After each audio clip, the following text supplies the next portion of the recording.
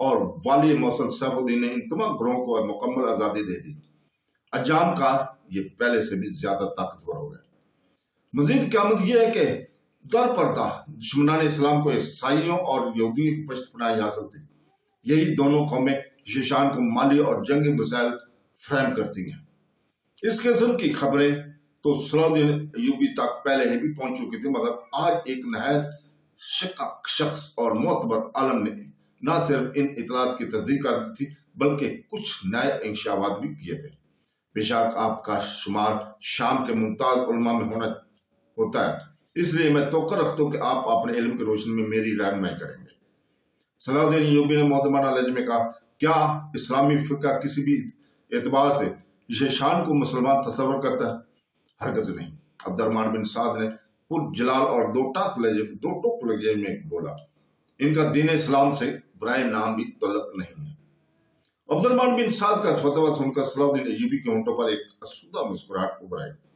اللہ آپ کو جزائے عظیم دے کر بہت دن بعد آج مجھے ایک اذیت ناک ذہنی خلش سے نجات مل گئی ہے جو راتوں کو سونے نہیں دیتی تھی۔ عبد الرحمن بن سعد کے جاتے ہی صلاح الدین ایوبی نے اپنے 50 سواروں کا ایک دستہ کچھ مقامی لوگوں کی نگرانی میں شیشان کی تربیت گاہ کی طرف روانہ کر دیا اور سپاہیوں کو حکم دیا دارالعمل کی نگراں اور دیگر منتظمین کو فوری طور پر پیش کیا جائے۔ اگر وہ لوگ خوشی سے آئیں تو انہیں عام شہریوں کی طرف لایا جائے، مزاحمت کرے تو ان سے مقابلہ کی جائے، مگر اس طرح کہ انہیں زخمی کر کے بے دست و پا کر دیا جائے۔ خاص طور پر اس بات کا لحاظ رکھا جائے کہ ان میں سے کوئی ہلاک نہ ہونے پائے۔ ان ہدایات کے ساتھ صلاح الدین ایوبی کے سپاہی شیشان کی تربیت گاہ اور دارالعمل پہنچے۔ تربیت گاہ کے دروازے پر 2 مسلح پہرےدار موجود تھے۔ دو صلاح الدین ایوبی کے سپاہیوں کو دیکھ کر گھبرا گئے۔ انہیں پہلے ہی خبر مل چکی تھی کہ والی مصر شیشان کی تلاش میں شام آ پہنچے ہیں۔ شیخ الجبال نے فوری طور پر انہیں خفیہ پیغام دیا تھا کہ صلاح الدین ایوبی کے لشکر کے ساتھ کسی قسم کے تصادم کی راہ اختیار نہ کی جائے اور ذہانت و تدبر کے ساتھ اس بلا کو یہاں سے ٹال دیا جائے۔ آپ لوگ کون ہیں اور یہاں کیوں آئے ہیں؟ ایک حشیشہ پہرادار صلاح الدین ایوبی کے سپاہیوں سے پوچھ رہا تھا، تمہارے اس دارالعمل کا نگران اعلیٰ کون ہے؟ ایک مصری سپاہی نے اس خوبصورت عمارت کی طرف دیکھا جس کے دروازے پر ایک بڑا اور خوبصورت پتھر نصب تھا اور پتھر پر بہت جلی حروف کے ساتھ عربی زبان میں دارالعمل کنندہ تھا۔ شیخ ابو ریحان اس درسگاہ کے معلم اعلیٰ ہے، دارالعمل کے محافظ سپاہی نے جواب دیتے ہوئے کہا۔ شیخ ابو ریحان سے جا کر کہو کہ والی مصر صلاح الدین ایوبی نے شرف ملاقات بخشنا چاہتے ہیں۔ مصری سپاہی نے تحکم امیز لہجے میں کہا، ہمارے شیخ کسی امیر یا حاکم سے نہیں ملتے۔ حشیشی محافظ نے بھی صلاح الدین ایوبی کے سپاہی پر روک ڈالنے کے لیے بلند آواز میں کہا، یہ یار خدا کے سوا دنیا کی کسی شے سے کوئی غرض نہیں۔ اس وقت بھی شیخ اپنی عبادت اور ریاضت میں مصروف ہوں گے۔ ہم میں سے کسی کو اجازت نہیں کہ اس موقع پر ان کی موعیت میں دخل اندازی کریں۔ اپنے شیخ سے کہو کہ وہ کچھ دیر کے لیے عبادت موقف کر دیں اور ہمارے ساتھ چل کر والی مصر کی خدمت میں حاضر ہو جائیں۔ دوسرے مصری سپاہی نے سخت لہجے میں کہا، شیخ کا جو حکم تھا وہ تمہیں سنا دیا گیا۔ دوسرے حشیشی محافظ نے بھی اپنی آواز میں سختی پیدا کرتے ہوئے کہا، حالانکہ وہ اندر سے بجھا ہوا تھا، تمہارے شیخ کا حکم ہم نے سن لیا، اب تم اندر جاؤ اور اپنے شیخ تک والی مصر کا حکم پہنچا دو۔ تیسرے مصری سپاہی نے مداخلت کرتے ہوئے کہا، اس کی آواز سے سختی کے ساتھ غصہ بھی جھلک رہا تھا، ملاقات تو ہو کر رہے گی۔ ہم اہل ایمان کا یہ مزاج نہیں کہ ہم کسی کی عبادت گاہ یا درسگاہ کے دار و دیوار اور فرش کو انسانی خون سے رنگین کریں، لیکن اگر تم نے والی مصر کے حکم کی تعمیل میں تاخیر کی تو پھر ہماری شمشیریں بااختیار ہیں۔